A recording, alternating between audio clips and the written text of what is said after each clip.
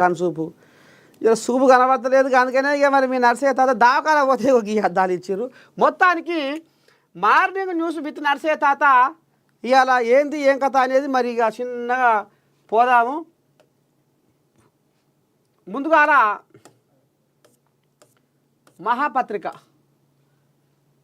మహాపత్రికలో ఏం రాసుకొచ్చారు?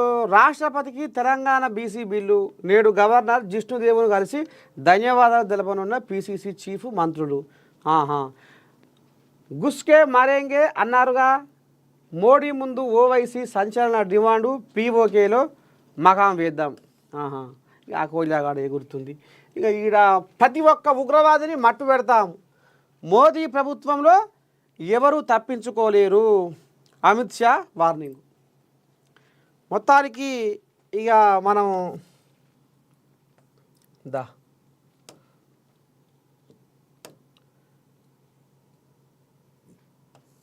ఎవరిని వదిలిపెట్టం, ఎంతవరకైనా పురస్తే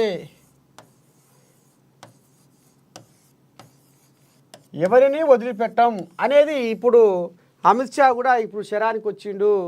ఇది నరేంద్ర మోదీ ప్రభుత్వము ఎంతవరకైనా పురస్తే ఎవరిని వదిలిపెట్టం అనేది ఇక ఇప్పుడు వీళ్ళు ఇక్కడ గుజరాత్లో అప్పుడే ఒక నౌకా దళాన్ని ఏర్పాటు చేసిర్రు. ఇక చుట్టుపక్కల కూడా అన్ని ఇటు ఆర్మీ అటు వైమానిక నావిక అన్ని త్రివిధ దళాలు ఇక ఇప్పుడు సిద్ధంగా ఎక్కడ ఏం చేయాలి, ఏ రకంగా ఎట్లా మనం ఎదుర్కోవాలి అనేది కూడా ఇక మరి వీళ్ళు నీళ్ళల్లో భూమి మీద అంతటా ఇక కావలి కాసి మాట పెట్టుకొని కూర్చున్నారు. ఇక మొన్న 26 మందిని పొట్టన పెట్టుకున్న ఉగ్రవాదులు దక్షిణ కాశ్మీర్లో ఉన్నారు అనేది కొద్దిగంత వీళ్ళకు సమాచారం అందింది. ఇక అందుకనే ఇంకా ఉగ్రవాదులు ఆ చెట్లల్లో అడవులల్లో అన్ననే ఇంకా దాచిపెట్టుకొని ఉన్నారు అనేది కూడా మరి తెలుస్తూ ఉన్నది. కాబట్టి చూద్దాం మరి అలా కథ ఇంకా ఏ రకంగా ముందు ఎట్లా ఉంటుంది అనేది చూద్దాం. ఇక ఇంట్లో ఈ ఉగ్రవాదుల పెంచి పోషించే ఓ లంగ బజవాజ్ గాడు లష్కరే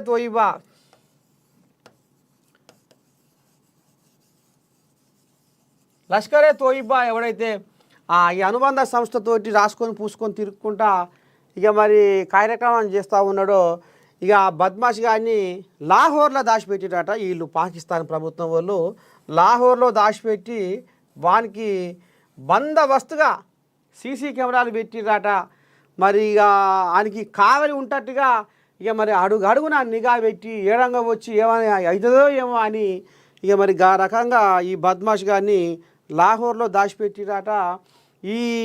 ఈ బజవాజ్ గారు ఏమైనా ఉగ్రవాదులకు బువ్వ పెట్టి తునకలు పెట్టి మందు పోసి ఇక ఆ రకంగా వాళ్ళని ఉగ్రవాదులను తయారు చేసి భారతదేశాన్ని పాతాళం దొక్కాల అన్నట్టుగా కసి మీద భారతదేశం అంటే బగ్గున మండిపడుకుంటా ఇక మరి ఆ రకంగా ఆ మొగోడు ఇక మరి లాహోర్లో ఇప్పుడు తలదాచుకుండు.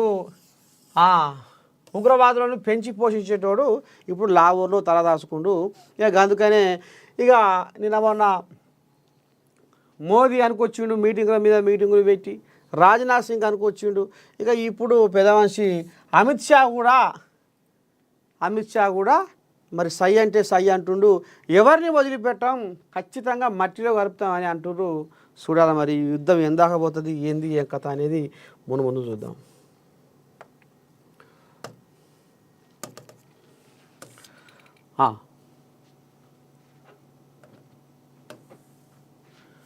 ఇగోది ఇంకా భారత్లోనే పహల్గాం ఉగ్రవాదులు దక్షిణ కాశ్మీర్ అడవుల్లో దాక్కున్న ముష్కరులు జమ్మూ కాశ్మీర్లోనే దాక్కొని ఉన్నట్లు ఎన్ఐఏ అనుమానం.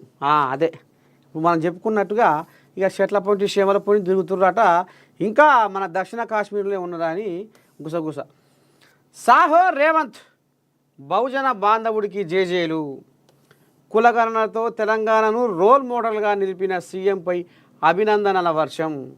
సీఎం రేవంత్కు బీసీ నేతలు, సంఘాలు, ప్రజాప్రతినిధులు అభినందనలు. కులగణనకు రోడ్ మ్యాప్ ప్రకటించాలి, కేంద్రానికి సహకారం అందిస్తాం సీఎం రేవంత్ రెడ్డి. ఇక మొత్తానికి ఇక మోదీ మెడలు వంచినాం, మోదీ మా అడుగుజాడలో నడుస్తుండు. ఇక మరి మొత్తానికి కులగణన అనేది దేశవ్యాప్తంగా మారుమోగించినాం. ఇప్పుడు దేశానికి తెలంగాణ రోల్ మోడల్గా నిలవబోతుంది. దేశంలో ఎవరు చేయని పని మేము చేసినాం. ఇవాళ మా అడుగుజాడల్లోనే మోడీ నడుస్తున్నాడు. కులగణన మేము ముంగటేసి సర్వే చేయించి శాసనసభలో చట్టం చేసి ఢిల్లీకి పంపించి జంతర్ మంతర్ దగ్గర ధర్నాలు చేసి బీసీ సంఘాలతోటి ఇంకా అనేక కార్యక్రమాలు చేసి మేము ముందుకు తీసుకుపోతున్నాం. అందరికీ సామాజిక న్యాయం అనేది మేము కంకణం కట్టుకొని బీసీ రిజర్వేషన్లతోటి సామాజిక న్యాయం జరుగుతుందని మేము ఈ రకంగా బీసీ బంధువులుగా బహుజన బాంధవుడిగా మేము ముంగడి పోతుంటే ఇవాళ మోడీ కూడా మా అడుగుజాడలనే వస్తున్నాడు. అందుకనే రేవంత్ రెడ్డికి మేము సలాం, రేవంత్ రెడ్డికి జేజేలు అని ఇక నిన్న బీసీ సంఘాలోళ్ళు, ప్రజాప్రతినిధులు, మంత్రులు, ఎమ్మెల్యేలు కొంతమంది ఇక మరి ఇంటికాడ కొండంత పండగ చేసుకున్నారు. నిన్న బాంబులు ఇక గాంధీ బాంబులనైతే మూత మోగించారు బాంబులు. ఇక మొత్తానికి ఆనాడు రాహుల్ గాంధీ భారత్ జోడో యాత్ర పేరు మీద మరి ఖచ్చితంగా ఈ కులగణన చేపట్టాలి, నాకు సబ్బండ వర్గాల కన్నీళ్ళ బాధలు వాళ్ళ దుఃఖం చూస్తుంటే నాకు ఎటనో అనిపిస్తుందని మరి ఆనాడు రాహుల్ గాంధీ అనుకుంటా ముంగడు చేసి ఇవాళ దాన్ని ఖచ్చితంగా చేసి తీరాలి అనేది మరి ఇలా కంకణం కట్టుకొని కులగణన చేసిర్రు. మొత్తానికి ఇప్పుడు దేశవ్యాప్తంగా కులగణన జరగబోతున్నది. అది ఇక మరి మోదీ కూడా ఇప్పుడు కులగణనకు పచ్చ జెండా ఊపిండు. ఇక మోదీకు మేము చేస్తేనే మా అడుగుజాడలనే బీజేపీ వాళ్ళు వచ్చిర్రు, మోదీ వచ్చిండనేమో ఇప్పుడు వీళ్ళు లేదు లేదు లేదు లేదు ఇంకా మీరు చేసిందంతా ఇక అది ఇక ఎంతసేపు చెప్పు మాది మాకే ఉంటుంది, మీది మీకే ఉంటుంది, మీది చేసింది ఇక మరి అది ఏ రాశికి వస్తుందో రంగానికి వస్తుందో కానీ మేము చేసేది మాత్రం శాస్త్రీయంగా ఉంటుంది అని ఇప్పుడు బీజేపీ వాళ్ళు నిన్న వాళ్ళు బీజేపీ భవన్లో వాళ్ళు బాంబులు కాల్చి సంబరాలు చేసుకున్నారు. మొత్తానికైతే ఎవరు చేసినా ఏమైనా ఇక మరి ఈ బీసీ కులగణన మాత్రం ఇక మరి రేపు అందరికీ సామాజిక న్యాయం జరగబోతుంది అనేది మనకు తెలుస్తుంది. ఇక మరి వీళ్ళు చేసిరా, వాళ్ళు చేసిరా, వాళ్ళు చేసిరా, వీళ్ళు చేసిరా, ఏదో మొత్తానికైతే సామాజిక న్యాయం జరగాలన్నదే తెలంగాణ ప్రజల ఆకాంక్ష. వాళ్ళు కోరుకున్నది కూడా గదే. ఇక గిది కథ. ఇక నిన్న పెద్ద మనిషి కూడా ఇంటికాడ పండుగలు చేస్తే ఇక వాళ్ళు ఇల్లు చుట్టాలు పక్కాల వాళ్ళు పోయిర్రు, ప్రజాప్రతినిధులు, బీసీ సంఘాల నేతలు. ఇక సరే ఏదో కథ కానిచ్చిర్రు. ఇక ఇది కథ. ఇగో ఈయన కూడా శరానికి వచ్చింది చూడు, కిషన్ రెడ్డి. ఇదే కథ. 2027 డిసెంబర్ నాటికి పాలమూరు రంగారెడ్డి ప్రాజెక్టు పూర్తి. 2026 మార్చి నాటికి కల్వకుర్తి, నెట్టెంపాడు, భీమా, కోయల్ సాగర్ ప్రాజెక్టులు పూర్తి. 8 నెలల వ్యవధిలో నార్లాపూర్, ఏదుల, వట్టెం, కరివేన రిజర్వార్లకు 50 టీఎంసీల నీళ్లు కార్యాచరణ వెల్లడించిన మంత్రి ఉత్తమ్ కుమార్ రెడ్డి. 2027 డిసెంబర్ మాసాంతానికి పాలమూరు రంగారెడ్డి ప్రాజెక్టు పనులను పూర్తి చేసేందుకు ప్రణాళికలు రూపొందించుకున్నామని రాష్ట్ర నీటిపారుదల, పౌర సరఫరాల శాఖ మంత్రి కెప్టెన్ ఎన్ ఉత్తమ్ కుమార్ రెడ్డి పేర్కొన్నారు. 2026 మార్చి చివరికి కల్వకుర్తి, నెట్టెంపాడు, భీమా, కోయిలసాగర్ ప్రాజెక్టు పనులను పూర్తి చేయనున్నట్లు ఆయన తెలిపారు. మరో 8 నెలల వ్యవధిలో నార్లాపూర్, ఏదుల, వట్టెం, కరివేన రిజర్వాయర్లలో 50 టీఎంసీల నీటిని నింపబోతున్నట్లుగా ఆయన వెల్లడించారు. మొత్తానికి మరి మొన్న మేము ఆ ప్రాజెక్టు కట్టినాము, ఈ ప్రాజెక్టు కట్టినాము, అది చేసినాము, ఇది చేసినాము, ఇవాళ ఏది లేదు ఎక్కడ లేదు. కాంగ్రెస్ వాళ్ళు ప్రతి ప్రాజెక్టును పండబెట్టిర్రు, పంట పొలాలు ఎండబెట్టిర్రు, రైతుల గోసపుచ్చుకుంటున్నారు అని నిన్న మొన్ననే పెద్ద మనిషి కేసీరావు వరంగల్లో ఎలకతుర్తి సభలో మూత మోగించిండు ఎగేసుకుంటా. మరి ఇక ఇప్పుడు 7 వాడినే పండుకునేటగా మరి ఆయన చేసినా అంటే ఇక మరి నేను కుర్చీ వేసుకొని కూర్చొని కావలు కాసుకుంటే ప్రాజెక్టులో కట్టిపిస్తాను కేసీరావు. ఇక అది ఎక్కడ పోయిందో ఏడ పోయిందో ఆ మాట ఇక ఆఖరికి వస్తారకల్లా మళ్ళా ఇక వీళ్ళు ఇప్పుడు 2027 డిసెంబర్ నాటికి పాలమూరు రంగారెడ్డి ప్రాజెక్టు పూర్తి చేయాలి. 2026 మార్చి నాటికి కల్వకుర్తి నెట్టెంపాడు భీమా కోయిలసాగర్ ప్రాజెక్టులో పూర్తి చేయాలని కంకణం కట్టుకున్నారట. మరి చూద్దాం రేపు మరి వీళ్ళు ప్రాజెక్టులు కట్టాలి, రైతుల కళ్ళల్లో ఆనందం చూడాలి. ఇక మరి రైతు బాంధవుడిగా ప్రజాపాలనే అన్నట్టుగా మరి వీళ్ళు నిరూపించుకోవాలని కూడా నేను కోరుకుంటా ఉంది. భూభారతి ఇంకా భారత్లోనే పహల్గాం ఉగ్రవాదులు. ఇంకేముంది,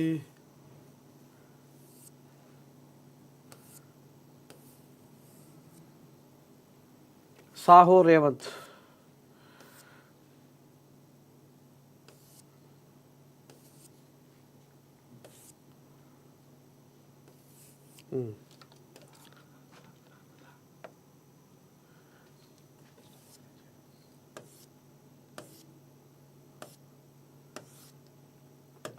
నమస్తే తెలంగాణ. ఇంట్లో ఏముంది, పేదోళ్ళ ఇండ్లు డమాల్, పెద్దోళ్లకు సలాం. పేదోళ్ళ ఇండ్లు డమాల్, పెద్దోళ్లకు సలాం. సామాన్యులపైనే సర్కారు ప్రతాపం, పెద్దోళ్ళ జోలికి వెళ్లేందుకే జంకుతున్న ప్రభుత్వం అధికార యంత్రాంగం. నమస్తే తెలంగాణలో ఏం రాసుకొచ్చారు అయ్యా అంటే, పేదోళ్ళ ఇండ్లు డమాల్, పేదోళ్ళ ఇళ్ళని పగ్గంపాడు చేసి కూలగొట్టి నేలమట్టం చేస్తుర్రు, పెద్దోళ్లకు మాత్రము సలాం చేసి వంగి దండం పెట్టి పబ్బతి పట్టి ఇక మరి లొంగి తిరుగుతుర్రు అనేది గిట్ట తీసుకొస్తుర్రు వీళ్ళు. సరే, ఇప్పుడు ఏంది ఏం కథ అనేది మనం అసలు ముచ్చట్లకు పోదాం. ఎట్లా రాజేంద్ర నగర్ నియోజకవర్గం పరిధిలోని వట్టినాగులపల్లి సర్వే నెంబర్ 132 ప్రభుత్వ భూమిలో దశాబ్దాల క్రితం నిరుపేదలకు ఒక్కొక్కరికి 60 గజాల మేర పట్టాలు ఇచ్చారు. అది పోను మిగిలిన భూమిపై కొంతమంది రాజకీయ నాయకులు కన్నేశారు. ఎంతో కొంత ఇస్తే ఇల్లు కట్టుకునేందుకు సహకరిస్తామంటే ఒక నిరుపేద కుటుంబం సొంత నీడ దొరుకుతుందన్న ఆశతో కూలీ పని చేయగా వచ్చిన సొమ్ములోనే కొంత మిగుల్చుకొని బంగారం అమ్మి 60 గజాల్లో చిన్న గది నిర్మించుకొని జీవిస్తున్నది. రాజకీయ నాయకులు విక్రయించి డబ్బులు తీసుకున్నప్పుడు కానీ, ఆ చిన్న గది నిర్మాణం జరుగుతున్నప్పుడు కానీ అధికారులు ఎవరు ఆ వైపు కన్నెత్తి చూడరు. కానీ ప్రభుత్వ పెద్దలు చెరువులు, ప్రభుత్వ భూములు, సరే ఇప్పుడు హైడ్రా అడుగడుగున కబ్జా అయింది. హైదరాబాదులో ఎన్నో చెరువులు ఉన్నాయి, అవన్నీ కనుమరుగైపోయినాయి, కానరాకుండా అయిపోయినాయి. ఇవాళ పెద్ద పెద్ద కామాంధులు, బకాసురులు ఇవాళ సర్కారు భూముల మీద కబ్జా పెట్టిరు. చెరువు సిక్కం భూముల మీద కబ్జా పెట్టిరు. ఇక మరి ఈ రకంగా చేసిరు కాబట్టి హైడ్రా తీసుకొచ్చినాము, హైడ్రా తోటి మరి న్యాయం జరగబోతుంది. బడా ఎవరైతే ఎవరైనా సరే సర్కారు భూముల చెరువు సిక్కాల ఆక్రమించుకున్న వాళ్ళ భరతం అనేది మరి హైడ్రాని తీసుకొచ్చారు. ఇప్పుడు వీళ్ళ ముచ్చట చూద్దాం. పేదోళ్ళ ఇండ్లు డమాల్, పెద్దోళ్లకు సలాం అనేది ఇప్పుడు వీళ్ళు చెప్తున్న ముచ్చట. నేను ఒక చిన్న వీడియో మీకు చూపిస్తా. వాళ్ళు అంటే జనాలు ఏమంటారు, ఏంది ఏం కథ అనేది కూడా మనం కూడా విందాం.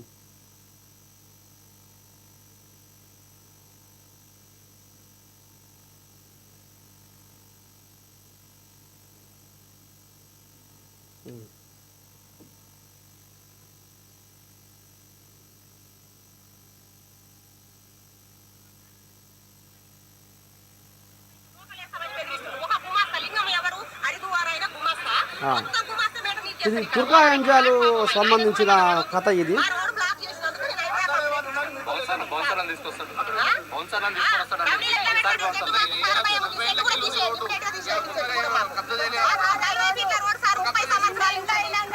ఈ ఊళ్ళకు కింద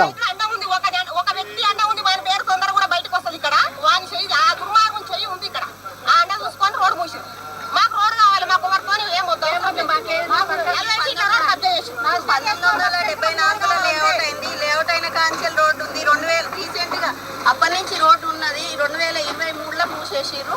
మాకు రోడ్డు లేని చాలా ఇబ్బంది అవుతుంది. పిల్లలు స్కూల్లో పోవడానికైనా కనీసం ఎవరికైనా బాగాలేకపోతే అంబులెన్స్లు రావడానికైనా గల్లీలు అంటే అర్థం అయితే లేదు, ఎవరు రావట్లేరు.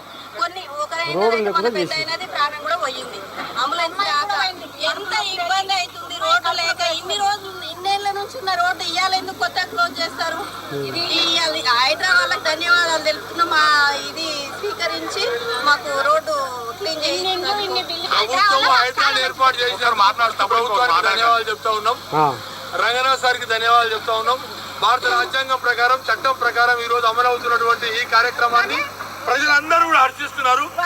అన్నార్థులకు శరణార్థులకు చట్ట ప్రకారం రాజకీయ ప్రకారం ఇన్ఫ్లుయెన్స్ లేనటువంటి ఈ పేద ప్రజానికానికి కాలనీ వాసులు అందరికీ కూడా ఈరోజు హైడ్రాకు రుణపడి ఉంటుంది.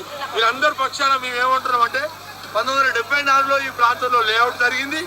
2023 నవంబర్లో ఎన్నికల సమయాన్ని దృష్టిలో పెట్టుకొని ఇదంతా అడ్డంగా కట్టలు వేయడం జరిగింది. ఈ అడ్డంగా కట్టలు వేసిన విషయంలో చాలా సార్లు మున్సిపాలిటీకి, మున్సిపల్ కమిషనర్కు, అదేవిధంగా రెవెన్యూ అధికారులకి హైదరాబాద్ నోటీసులు ఇవ్వడం జరిగింది. ఆ నోటీసులు ఎన్ని మాటలు ఇచ్చినా ఎవరు కూడా రెస్పాన్స్ ఇవ్వలేదు. ఆ నోటీసులకు ఎవరు జవాబుదారీ ఇవ్వలేదు. కావాలని దీనిని కోర్టులో ఉందని చెప్పేసి ఒక చాకు చూపించి కరెక్ట్ సర్వే రిపోర్ట్ను కూడా హైడ్రాకు అందివ్వలేదు. కాబట్టి చట్ట ప్రకారం ఏమైనా వారికి భూమి ఉండి ఉంటే రోడ్డు లేఅవుట్ 74లో అయింది. లేఅవుట్ ప్రకారమే హైడ్రా నడుచుకుంటుంది. ఎవరు భూములు కబ్జా తీసుకోవట్లేదు. హైడ్రా ఎవరు భూములకి ఇబ్బంది కలగజేయట్లేదు.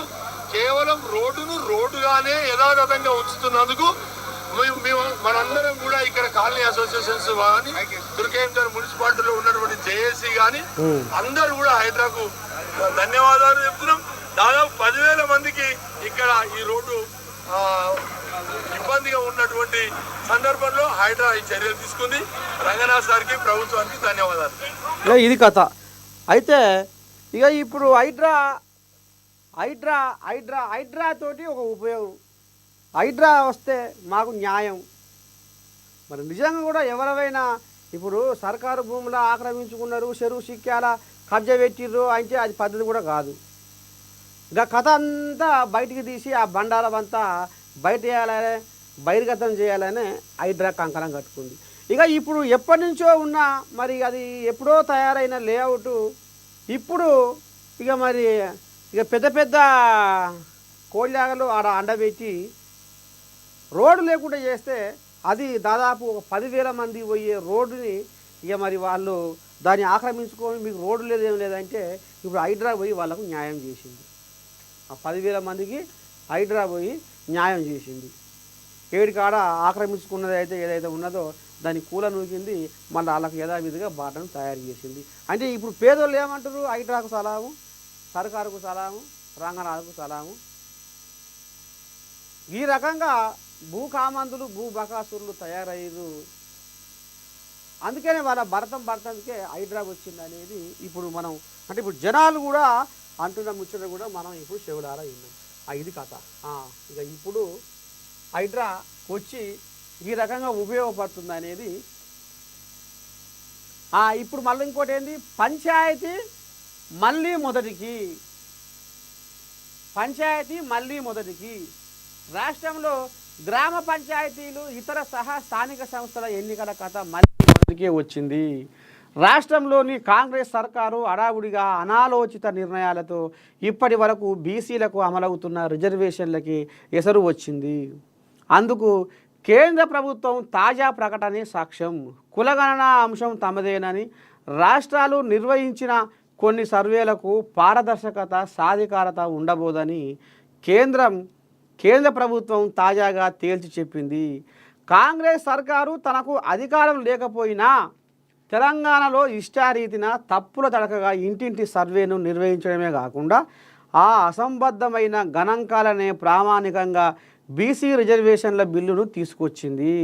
చూసినారులో ఇప్పుడు కులగణనే చెల్లబోదని కేంద్రం చెప్పడంతో ఆ బిల్లులను కేంద్రం ఆమోదించడం అసాధ్యమని తేలింది. చూడుర్రి, ఏవో దిక్కు మా అడుగుజాడల్లో వాళ్ళు నడుస్తుర్రు.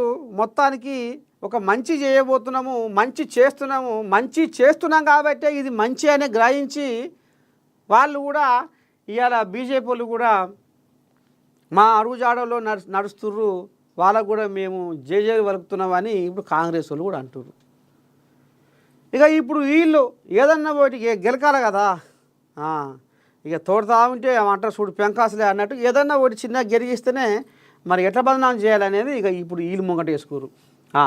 ఏదైనా రాష్ట్రంలో గ్రామ పంచాయతీలు సహా ఇతర స్థానిక సంస్థల ఎన్నికల కథ మళ్ళీ మొదటికే వచ్చింది. బాగానే ఆచేసారు, స్థానిక సంస్థల కథ బాగానే ఆచేసారు. ఇప్పుడు వీళ్ళ మాట వీళ్ళ కొంగులనే వేద్దాము. ఇప్పుడు గ్రామ పంచాయతీ ఎన్నికలు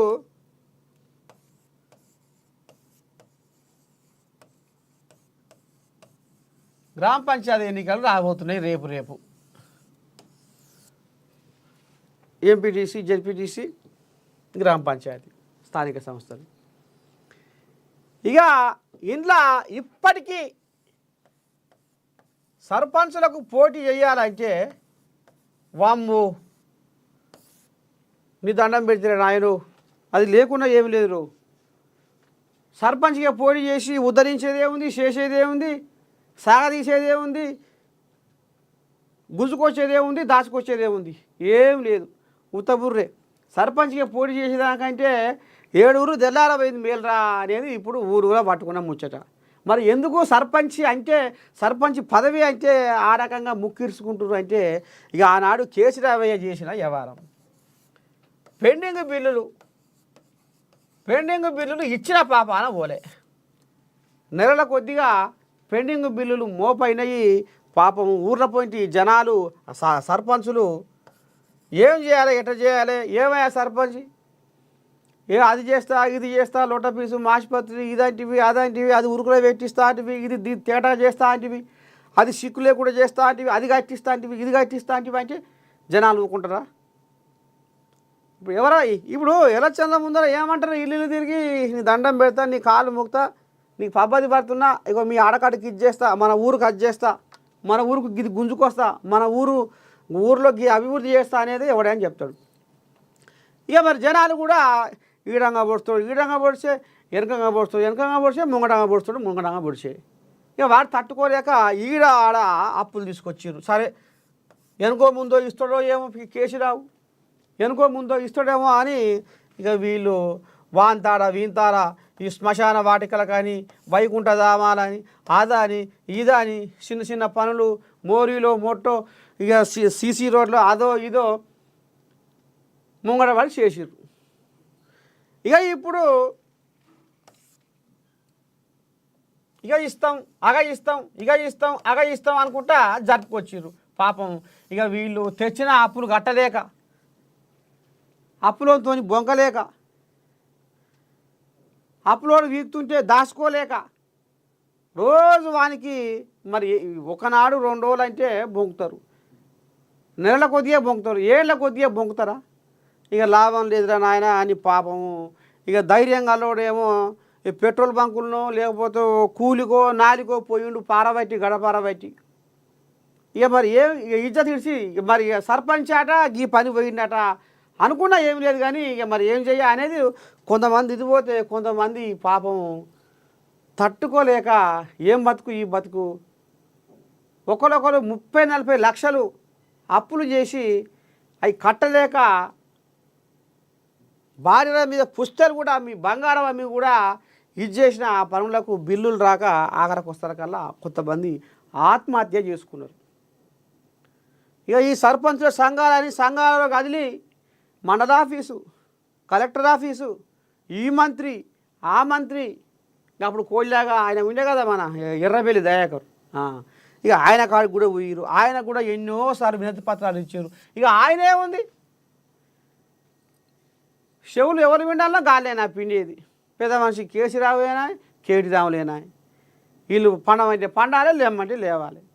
ఇక ఆయనే తట్టుకోలేక ఆయన ఏం చెప్పిండు, ఎర్రబెల్లి మీరు ఊర్లో పోయి తాగి పడేసిన సీసాలు అమ్ముకొని మీ సంసారం వెళ్ళ తీసుకోరి. సర్పంచులు మీ ఊరు పొలిమేర చుట్టూ బొచ్చడు ఉంటాయి తాగి పడేసిన సీసాలు, ఆ సీసాలు అమ్ముకున్నా మీ గ్రామ పంచాయతీ సంసారం వెళ్తుంది. ఈ బిల్లు రాలేదు ఆ బిల్లు రాలేదని ఎందుకు మీరు బొబ్బలు పెడుతుర్రు అని ఆయన చెప్పుకొచ్చిండు.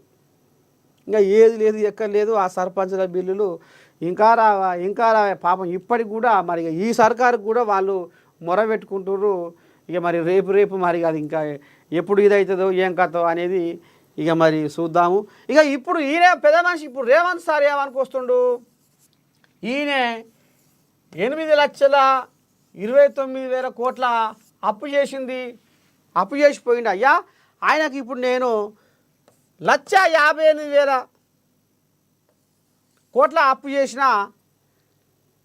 ఈ అప్పు దేని చేసిన అంటే ఈయన చేసిన ఏదైతే అప్పు ఉందో దానికి మిత్తి కట్టలేక నేను చచ్చిపోతున్నా అని ఇప్పుడు ఆయన అంటున్నాడు. గిసవంటి సంసారం గిసవంటి భాగవతం ఇగో ఈ రకంగా ఉద్దారకం చేసిండు కేసీరావు. ఇక మరి మొన్న ఏమంటుండు, వరంగల్లో ఎలకతూర్తిరా నా మనసు కాలుతుంది, నాకు దుఃఖం వస్తుంది, నేను చేస్తే కొగిరగోయలు దక్కినాయి,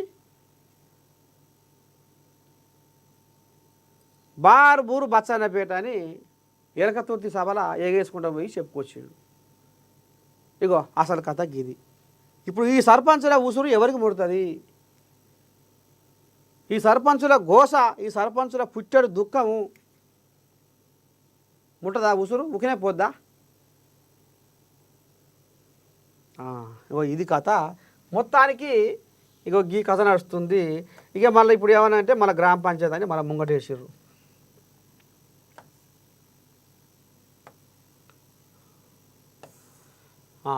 ఇక బో చదువుకో.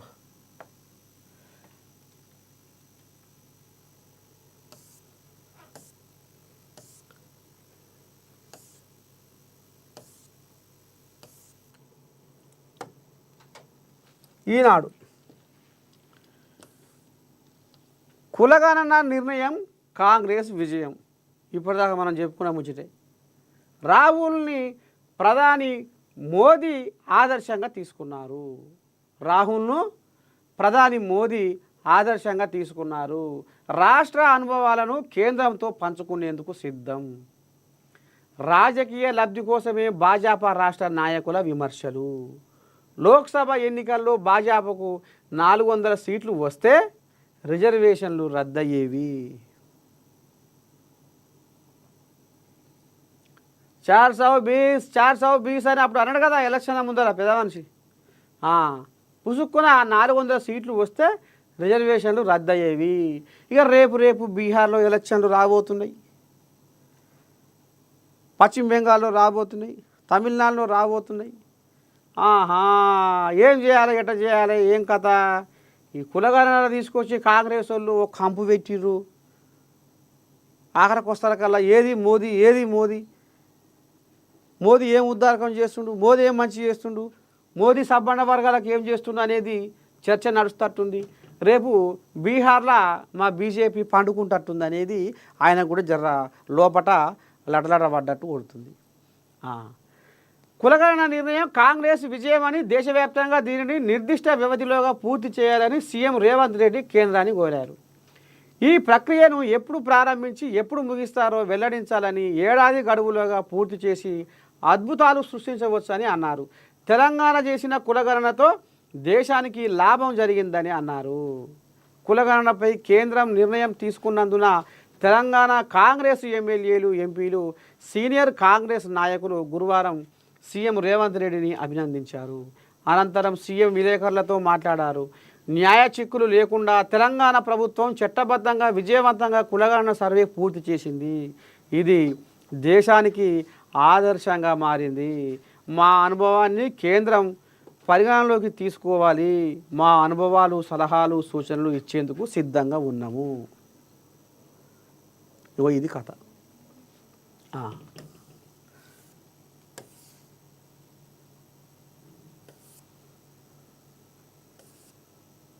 ఇదేంది కథ? ఇందిరమ్మ లబ్ధిదారులకు ఆర్థిక కష్టాలు.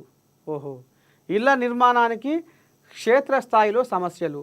మొదటి విడతలో పనులు ప్రారంభమైనవి 16,189. రాష్ట్రంలో 3 నెలల క్రితం మొదటి విడతలో మంజూరు చేసిన ఇందిరమ్మ ఇండ్లకు సంబంధించి పలువురు లబ్ధిదారులకు క్షేత్రస్థాయిలో ఇబ్బందులు తలెత్తుతున్నాయి. ప్రధానంగా నిర్మాణం ప్రారంభించడానికి ఆర్థికపరమైన సమస్యలను ఎదుర్కొంటున్నారు. మొదటి విడతలో భాగంగా రాష్ట్రంలో మండలానికి ఒక్కో గ్రామం చొప్పున ఎంపిక చేసి మొత్తం 70,122 ఇండ్లకు ప్రభుత్వం అనుమతి ఇచ్చింది. వాటిలో 46,432 మందికి మంజూరు పత్రాలను అందజేశారు. ఇందులో 16,189 మందికి మాత్రమే ఇప్పటి వరకు ఇళ్ల నిర్మాణ పనులను ప్రారంభించారు. ఇందిరమ్మ ఇంటి నిర్మాణానికి 4 విడతలుగా 5 లక్షలను లబ్ధిదారుడి ఖాతాలో ప్రభుత్వం జమ చేస్తుంది. నిర్మాణ దశలకు అనుగుణంగా ఈ మొత్తం విడుదల చేస్తారు. ఈ మేరకు 2,341 మందికి మొదటి దశ చెల్లింపులో భాగంగా 1,00,000 చొప్పున మంజూరయ్యింది. ఈ వారంలో రెండో విడతలో భాగంగా నియోజకవర్గానికి 3,500 చొప్పున ఇండ్లను మంజూరు చేయనుండడంతో క్షేత్రస్థాయిలో ఎదురవుతున్న సమస్యలపై ప్రభుత్వం దృష్టి పెట్టాలని లబ్ధిదారులు కోరుతున్నారు. ఉదాహరణకు వనపర్తి జిల్లా కిల్లాగనపురం మండలం సల్కెలపురంలో మొదటి విడతలో 100 మంది లబ్ధిదారులను ఎంపిక చేశారు. ఇందులో ఆర్థిక ఇబ్బందులతో 73 మంది పనులు ప్రారంభించలేదు. ఏడంగా వస్తాయేమో ఇస్తారేమో, ముందుగాల వాళ్ళు ఇచ్చినాకనే నేను పని కానిస్తా, నాకాడ అయినాయా, నాకాడ ఉన్నాయా, నేనే రెక్కలు ముక్కలు చేసుకొని కష్టం చేస్తేనే చెమట ఒడిపిస్తేనే రేపు పొద్దుగాల బుక్కడి బువ్వ అనేటటువంటి కొన్ని కుటుంబాలు ఈ రకంగా ఆలోచన చేస్తున్నట్టున్నాయి. ఇక ఏమనుకొస్తుర్రు, ఆర్థిక ఇబ్బందులతో 73 మంది మా పనులు ప్రారంభించలేదు. పైసలు లేవు వాళ్ళ కాడ. నువ్వు ఇక రాళ్ళు రప్ప అదో ఏదో వేసి బేస్మెంట్ కట్టాలి కదా, అది కట్టినాకనే 1,00,000 రూపాయలు అట ఫస్ట్ విడతల. ఇక ప్రారంభించలేదు. అలాగే నిజామాబాదు గ్రామీణ మండలం మల్కాపూర్లోను 121 మంది లబ్ధిదారులకు కాను 87 మంది వివిధ కారణాలతో పనులను ప్రారంభించలేదు. ఏమన్నంటే మా కాడ పైసలు లేవు, ఏం చేయం బిడ్డ, ఏం చేయం కొడుక, మా దగ్గర పైసలు లేవా, ఎట్ట చేయం, ఏం చేయం, ఏడికెళ్ళి తెచ్చిపెట్టాం, మా కాడ పైసలు ఉంటే మేము మిమ్మల్ని ఎందుకు కడతాం, మాకెందుకు ఇందిరమ్మ ఇల్లు అన్న కాడికి వచ్చింది కథ. ఇక మరి ఈ ప్రభుత్వం ఏమో ఇక మరి మీరు అధికారులు ఏం చెప్తుర్రు, బేస్మెంట్ కట్టినాక విడతల వారిగా మేము డబ్బులు ఇస్తాం, ముందుగా 1,00,000 రూపాయలు ఇస్తాం అని వాళ్ళు చెప్తుర్రు. మా కాడ ఏ కాన లేదు, 10 లేదు, పరకలేదు, మేము ఎట చేయమని వాళ్ళు చెప్తుర్రు. మరి ఎటనో ఏమో మొత్తానికి ఐకేపీపై అవగాహన లేక పునాది వరకు ఇంటిని నిర్మించుకోవాలంటే 2 లక్షల వరకు ఖర్చు అవుతుందని అంచనా. అవుతుంది మరి. ఇవాళ ఎప్పుడు ఏ తక్కువ వస్తుంది, సిమెంట్ బస్తాల కానించి రాళ్ళు రప్పలు చూద్దాం. మరి ఇక దాని మీద మరి రేపు ఏం చర్చ నడుస్తుంది, ఏంది ఏం కథ. ఇక తమాం గతి లేని వాళ్ళు మరి వాళ్ళు డబ్బులు పెట్టి ఇల్లు కట్టుకోవాలి, ముందుగా బేస్మెంట్ కట్టాలంటే కూడా వాళ్ళ కాడ 10 పరకో లేదు. కాబట్టి మరి సర్కారు రేపు ఏం ఆలోచన చేయబోతుంది ఏంది అనేది చూద్దాం. ఇంకేముంది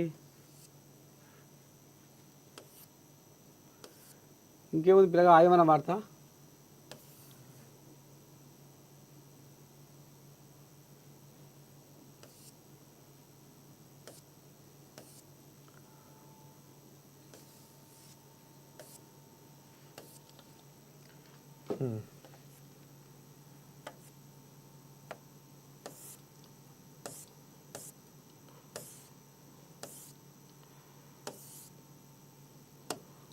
సాక్షి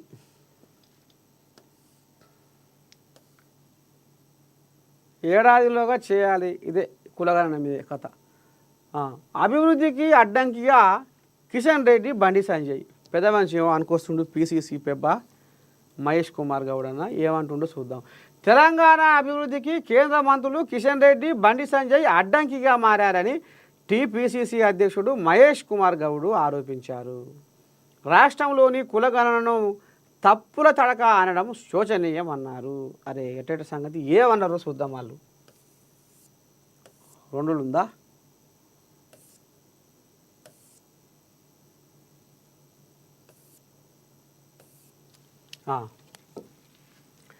తెలంగాణ అభివృద్ధికి అడ్డంకిగా కిషన్ రెడ్డి, బండి సంజయ్. తెలంగాణ అభివృద్ధికి కేంద్ర మంత్రుడు కిషన్ రెడ్డి, బండి సంజయ్ అడ్డంకిగా మారారని టీపీసీసీ అధ్యక్షుడు మహేష్ కుమార్ గౌడ్ ఆరోపించారు. రాష్ట్రంలో నిర్వహించిన కులగణనను తప్పుల తడక అనడం ఈ ఇద్దరు నాయకుల దిగజారుడుతనానికి నిదర్శనమని గురువారం ఆయన ఒక ప్రకటనలో విమర్శించారు. బీఆర్ఎస్తో దోస్తీ గట్టి కాంగ్రెస్ ప్రభుత్వంపై నిత్యం విషం కక్కడం వీరికి అలవాటుగా మారిందని ధ్వజమెత్తారు.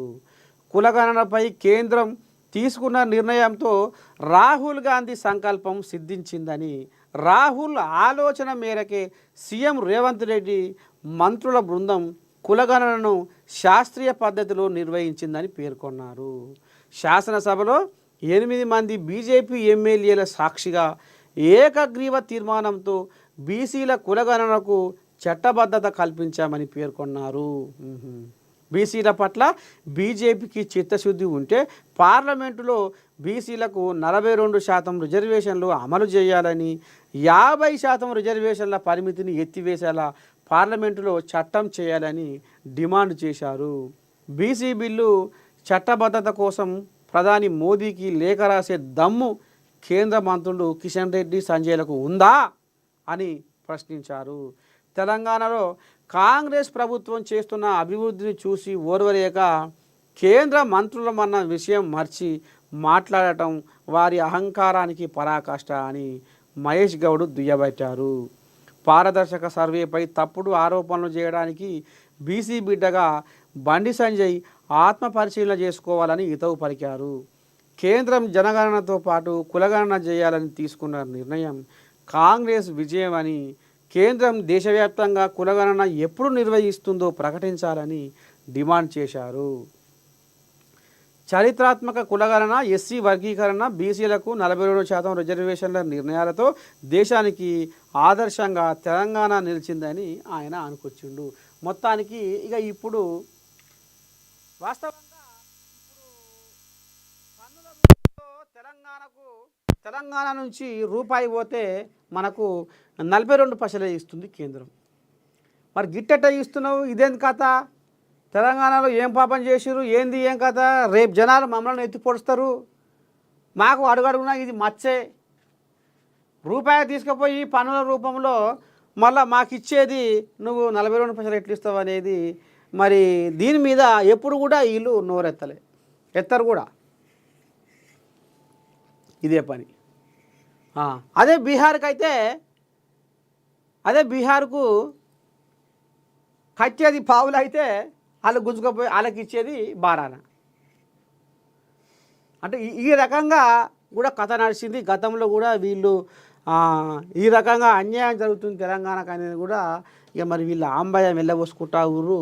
ఇక వీళ్ళు ఎంతసేపు చెప్పు ఇక మరి మోదీని సంకలు వేసుకోవాలన్నా, మోదీని కాపాడుకోవాలన్నా అనేది ఇక వీళ్ళు ఇప్పుడు ఈ తెలంగాణలో చేసింది కులగణన, కుల సర్వేనే.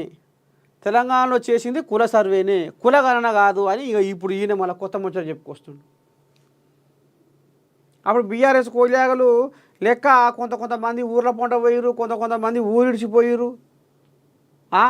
కొంతమంది భయపడి చెప్పలేదు ఏమవుతుందో ఏం కథో. కులగణన సర్వే చేస్తే ఆ లెక్కలలో ఉన్నట్టు భూములు, జాగలు, ఆస్తులు పరక చెప్తే రేపు ఏమైనా అవుతుందేమో అని భయపడి కొంతమంది చెప్పలేదు.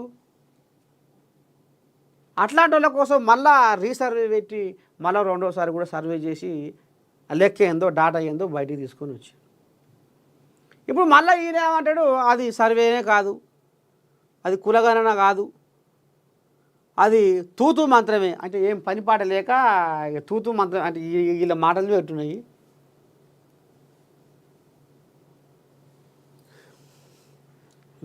మాటలు చాలాకుండా అన్ని డబ్బులు ఖర్చు పెట్టి అంతమందిని పెట్టి అంత రామశాఖని వ్యవహారం చేస్తే అది తూతూ మాత్రమే నాటకీలకు ఓ అన్నాడనట. నేడు కాళేశ్వరం ఇదేందో గ్రామాల్లో మరింత మెరుగ్గా చెత్త సేకరణ మేడే స్ఫూర్తితో. ఇదేంది మేడే స్ఫూర్తితో ప్రజా ఉద్యమాలు. కార్మిక దినోత్సవంలో జాన్ వెస్లీ మేడే స్ఫూర్తితో ప్రజా ఉద్యమాలను నిర్మించాలని సిపిఎం రాష్ట్ర కార్యదర్శి జాన్ వెస్లీ పిలుపునిచ్చారు. ఇవాళ ఎర్రజెండోళ్ళకి ఇవాళ కనపడుతున్నారు. ఈ మరి ఎందుకు కావచ్చు వన్యదప్పి చిన్నపోతుంది ఎర్ర జెండా పలచగా అయిపోతుంది పచార. ఒకప్పుడు ఎర్రని జెండా వెలుగుల జెండా వీరుల నెత్తురు పుట్టిన జెండా నిరుపేదల రూపం నీవమ్మా మా ఎర్రని జెండా పనిపాటాల రూపం నీవమ్మా మా వెలుగుల జెండా నిరుపేదల దీపం నీవమ్మా మా ఎర్రని జెండా పనిపాటాల రూపం నీవమ్మా మా వెలుగుల జెండా అని ఈ రకంగా పాటలు పాడేది ఊరూరా మూత పోగించేది డప్పు సప్పుడు కొడితే వచ్చిర్రా కమ్యూనిస్ట్ వాళ్ళు ఎర్ర జెండోళ్ళు అనేది. కానీ మరి ఎందుకో బజారా పలచగా అయిపోతుంది ఈ కమ్యూనిస్ట్ వాళ్ళది కథ. మరి ఎటేటి సంగతో ఏం కథో కానీ ఇక సరే చూద్దాం. మేడే స్ఫూర్తితో ప్రజా ఉద్యమాలను నిర్మించాలని సిపిఎం రాష్ట్ర కార్యదర్శి జాన్ వెస్లీ పిలుపునిచ్చారు. కేంద్రంలోని బీజేపీ ప్రభుత్వం జనగణనతో పాటు కులగణనను చేపడతామంటూ ప్రకటించిందని, దానికి నిర్దిష్ట కాల పరిమితిని విధించాలని డిమాండ్ చేశారు. ఎప్పుడు చేస్తావు? చేస్తా అంటున్నావు కానీ ఎప్పుడు చేస్తావు? ఎన్ని రోజులు చేస్తావు? ఎన్ని ఏళ్ళకు చేస్తావు అనేది కూడా తేటగా చెప్పాలి అంటారు. గురువారం హైదరాబాదులోని సిపిఎం రాష్ట్ర కార్యాలయం ఎంబీ భవన్లో మేడే వేడుకల సందర్భంగా ఆయన అరుణ పతాకాన్ని ఆవిష్కరించారు. అనంతరం మాట్లాడుతూ ఆనాడు 8 గంటల పనిని విధానం కోసం కార్మికులు పోరాడితే కేంద్రంలోని మోదీ ప్రభుత్వం 12 గంటల పని విధానాన్ని అమలు చేస్తున్నదని విమర్శించారు. కనీస వేతనాలు అమలు కావడం లేదని, కార్మికులు పోరాడి సాధించుకున్న హక్కులను కేంద్రం కాలరాస్తున్నదని చెప్పారు. సమస్యల పరిష్కారం కోసం సమ్మె చేసే హక్కు లేకుండా లేబర్ కోడ్లను తెస్తున్నదని విమర్శించారు. పెట్టుబడిదారులు దోపిడీ చేసేందుకు అనుకూలంగా మోదీ ప్రభుత్వం చట్టాలను తెస్తుందని విమర్శించారు. బీజేపీ అధికారంలోకి వచ్చాక 1,00,000కు పైగా రైతులు ఆత్మహత్య చేసుకున్నారని వివరించారు. పేదలకు రేషన్ కార్డు మీద 14 రకాల సరుకులు ఇవ్వాలని జాన్ వెస్లీ డిమాండ్ చేసిండుల్లా. మొత్తానికి ఇక ఎర్ర జెండా కోల్యాగా ఈ రకంగా అటు మోదీకి సురుకు పెట్టింది. ఇక మరి ఇటు ఏదైతే ఇప్పుడు రేపు పేదలకు రేషన్ కార్డులు ఇవ్వబోతుందో కాంగ్రెస్ సర్కారు, ఇక దానికి 14 రకాల సరుకులు నిత్యావసర సరుకులు ఇవ్వాలి అని జాన్ వెస్లీ ఈ రకంగా ఆంబాయం వెళ్ళబోసుకుంటూ మొత్తానికి ఇక మరి పని దాకా మా కష్టాన్ని దోచుకుంటారు, మా శ్రమను దోచుకుంటారు, మామూలు భార్య పిల్లలతోని గడపనిస్తలేరు, మొత్తం దీనికే అంకితం అయిపోతున్నాము. ఓ పెళ్ళికి పోవస్తలేదు, ఓ పేరంటానికి పోవస్తలేదు, ఓ సచిన కాడికి పోవస్తలేదు, ఓ బతికిన కాడికి పోవస్తలేదు, ఓ పండుగ పబ్బాలు చేసుకోవస్తలేదు, ఇంటిలతోని కలిసిమెలిసి ఉండొస్తలేదు, మొత్తం మా శ్రమ మా కష్టం అంతా మీకే అవుతుందని ఇక మరి ఆనాడు ఎప్పుడు ఇది ఎక్కడ ఏంది ఏం కదా అంటే ఆనాడు చికాగోలో పుట్టిందట. ఇది చికాగోలో ఎప్పుడు 1886లోనే పుట్టింది ఇది. ఇక కార్మికుల శ్రమను దోసుకోవద్దు, కష్టాన్ని దోసుకోవద్దు, కార్మికులు 8 గంటలే పనిచేయాలని ఇక ఆనాడు ఉద్యమం చేపడితే ఇక అప్పుడు పాపం కొంతమంది వాళ్ళ రక్తాలు ఏరులై పారినాయి, అమరులయ్యారు.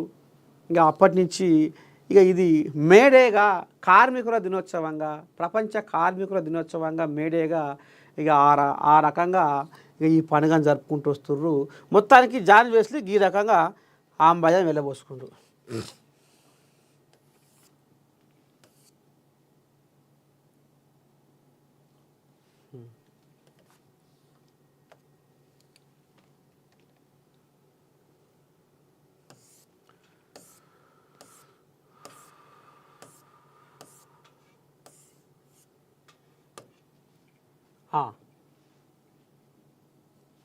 ఇదేది జ్యోతి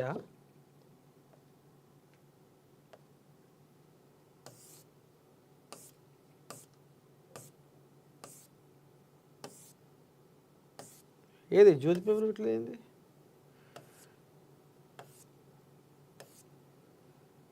సరే ఇక ఇవాటికైతే మన మార్నింగ్ న్యూస్ విత్ నర్సయ్య తాత వార్తలకు మరి